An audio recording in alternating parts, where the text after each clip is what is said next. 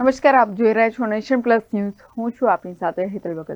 અમૃતબા party plot ખાતે રબારી સમાજ બંધારણ પરિષદનું મહાસંમેલન યોજાયું હતું, જેમાં સમાજના સર્વાંગી વિકાસ માટેના નવા નિયમોને લાગુ કરવાનું ઠરાવવામાં આવ્યું હતું.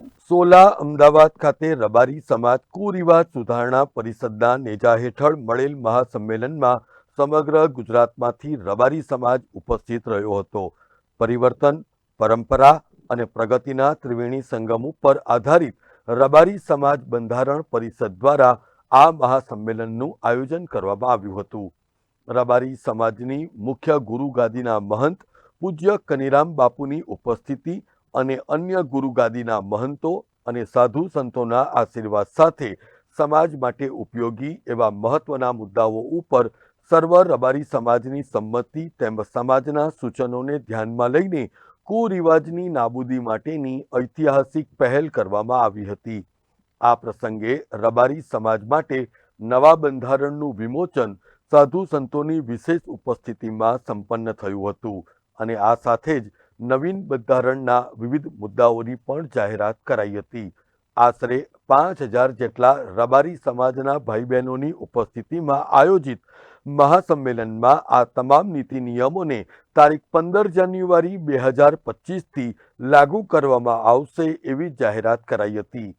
નવા નીતિ નિયમો અનુસાર રબારી સમાજ પહેરામણી, સગાઈ, સીમંત વિધિ, લગ્ન, મોબાઈલ સ્ટેટસ અને સમાજ ઘડતર જેવા મુદ્દાઓ ઉપર સમાજમાં વ્યાપેલ કુરિવાજોને દૂર કરશે.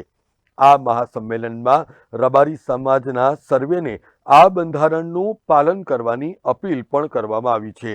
નવા બંધારણ અંગેની જાણકારી આપવા માટે હવે રબારી સમાજ ગામડે ગામડે મિટિંગો કરીને ગામડા, તાલુકા અને જિલ્લા વાઇઝ કમિટીનું ગઠન કરશે તેમજ જનજાગૃતિ અભિયાન હાથ ધરશે. એમને પણ કદાચ ફોટા જોતા શરમથી માથું ઝૂકી જાય. એ બંનેનો પતિ પત્નીનો એક પ્રાઇવસીનો ખાનગી વિષય છે, જેને આપણે મોબાઈલના સ્ટેટસ દ્વારા જાહેર કરીએ છીએ. ત્રીજો જે મુદ્દો છે શ્રીમંતનો, જેની બધી જ વાત થઈ ચૂકી છે.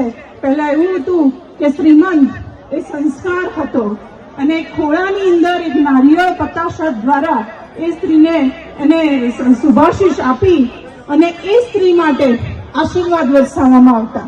વડીલો આશીર્વાદ આપતા અને ઘરની અંદર ઉજવાતો પ્રસંગ હતો. એને આજે આપણે બેબી શાવર, હોટલોના ખોટા ખર્ચાઓ, હજારો લોકોને એકઠા કરવા એ આપણો શોખ બની ગયો છે. સાથે સાથે બેબી વેલકમમાં પણ મેં એવું સાંભળ્યું કે એ મહિલા બાળકને પોતાના ખોળામાં લઈને ખુલ્લી ગાડીમાં એનો પ્રવેશ કરવામાં આવે અને વેલકમ કરાવવામાં આવે. શું આ ખોટું નથી?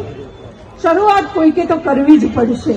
અને હું એવું માનું છું કે એક નાનકડી વાત મને યાદ આવે છે કે એક સંત ગોળ ખાતા હતા અને માં એને બાળકને લઈને ગઈ કે સંત, અમારા ભગવાન અમારા બાળકને ગોળ ખાવાની કુટેવ છે અને ના પાડશે. સંતે અઠવાડિયા પછી આવવાનું કહ્યું.